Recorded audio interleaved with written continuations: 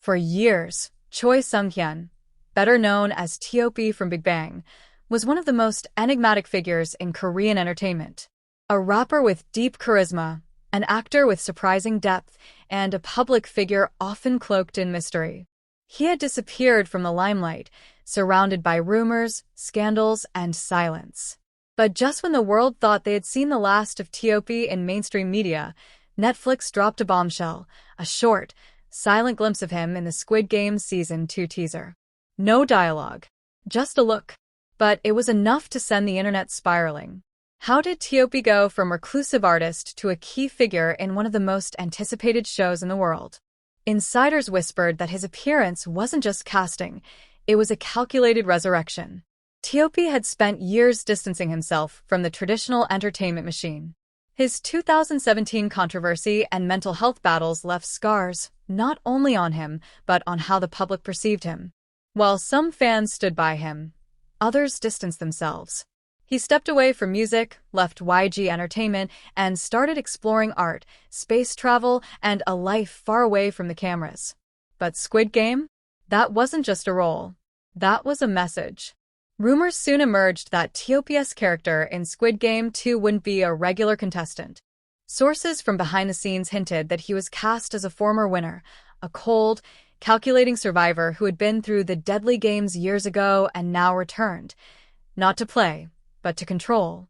They called him the Architect's Shadow, a man shaped by trauma, driven by logic, and devoid of sympathy. Fans online began theorizing, what if T.O.P.'s real-life silence, his withdrawal from the spotlight, wasn't just personal, but preparation for this role? Some said he had undergone months of psychological training, diving into the minds of sociopaths and past trauma survivors. Others pointed to his own turbulent past, the pressures of fame, the legal troubles, and the hospitalizations, as fuel for his method acting. Was T.O.P using his own pain to bring this character to life? Behind the camera, tension was brewing. Cast members reportedly had mixed reactions to his arrival. Some were thrilled, others wary. There was a sense that he wasn't just acting, he was becoming the role.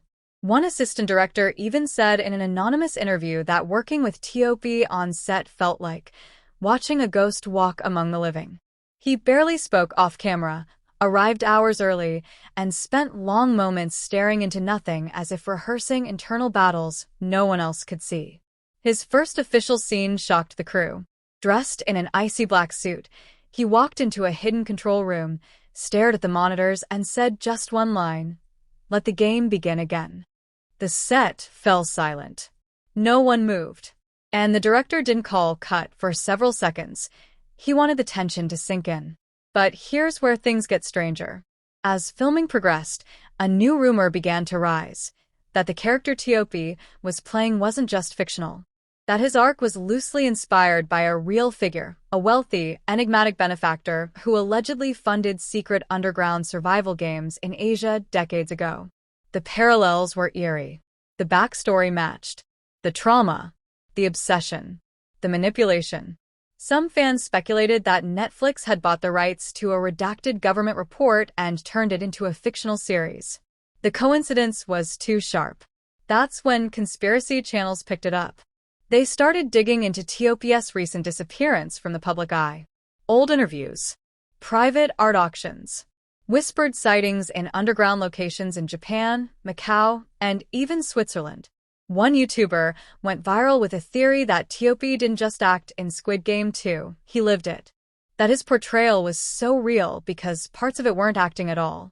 Whether true or not, the speculation only grew. Netflix remained tight-lipped. T.O.P gave no interviews. But when the official trailer dropped, he appeared at the very end, face partially in shadow, eyes colder than ever, a single tear sliding down his cheek as he watched a new contestant scream. Fans screamed too, but for different reasons. T.O.P was back. Not just in music, not just in acting, but in a role so layered, so dark, and so dangerously real that it blurred the line between fiction and reality. Was this his redemption arc? Or was it the beginning of something darker? One thing was clear, T.O.P didn't return to be a player. He returned to rewrite the game.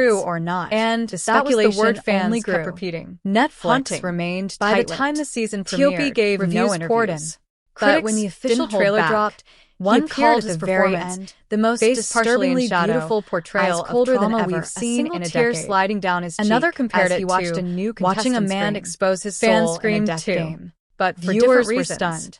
T.O.P. Some episodes trended not globally, just in music, just because not just of in acting, T.O.P.'s but in a monologues. role so layered, But the most so chilling dark, moment and so episode dangerously 7, real that it in a blurred the quiet line scene, between fiction T.O.P.'s and reality. character stares Was into this a his two-way redemption mirror, arc? watching Or a younger was it player the cry beginning over of a something lost darker? friend? One A guard thing is clear. asks him why T.O.P. he looks didn't upset. return to be a player. His answer? He returned to Because rewrite the once game. I was him. But now, I'm the reason he cries. And in that moment, everything fell silent. The fan theories, the debates, the criticism. Everyone understood. This wasn't just a role. This was T.O.P's most honest performance because it was soaked in truth. T.O.P didn't return for fame. He returned to confront the ghosts that fame created. And in doing so, he didn't just join Squid Game 2. He became its most unforgettable player.